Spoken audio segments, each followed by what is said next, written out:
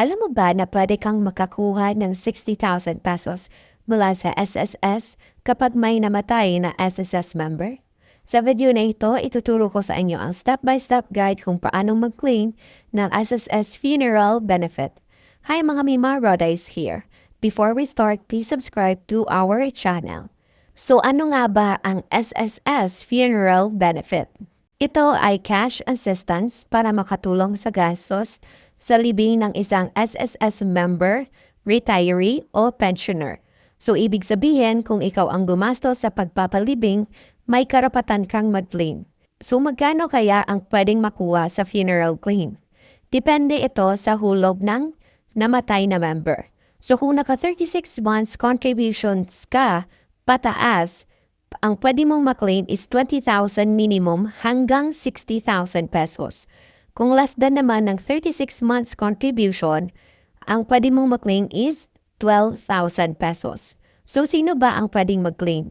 So important reminder, hindi na pwede ang mga funeral parlor ang mag-process ng funeral benefit. So ang pwede lang mag-process ay kung sino yung nagbayad ng libing. So meron pa rin tayong order of priority. So number 1, legal spouse. Next is mga anak. Next is parents. Next is kung kahit sinong tao ang nagbayad ng libing.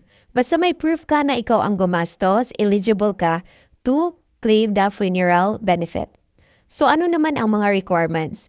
So ang basic requirements natin is death certificate galing sa PSA or Civil Registry, proof na SSS member ang namatay, and valid ID ng mag-claim.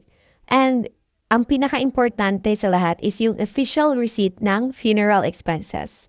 So ano ba yung mga listahan ng funeral expenses na tinatanggap ng SSS? So number 1, pwede yung embalming services.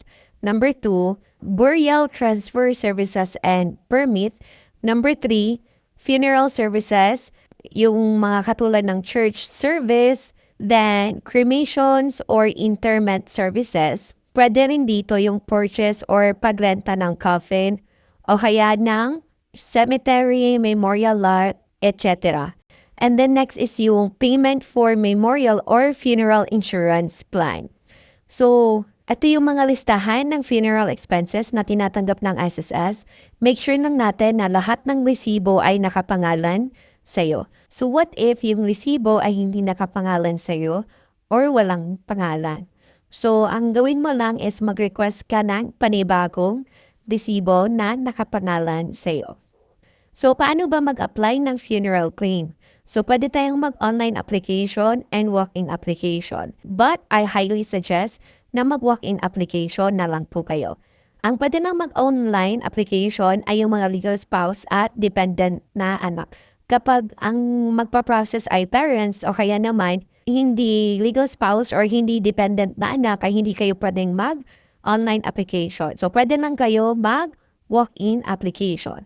So, after ma-approve, diretso na ito papasok sa inyong bank account. So, yun lang mga Mima. Sana nakatulong tong video na to. Kung may kakilala kang kailangan nito, i-share mo na agad para makatulong. At kung gusto mo ng more tutorial about SSS, watch our next video. So, thank you so much for watching and see you sa ating next vlog.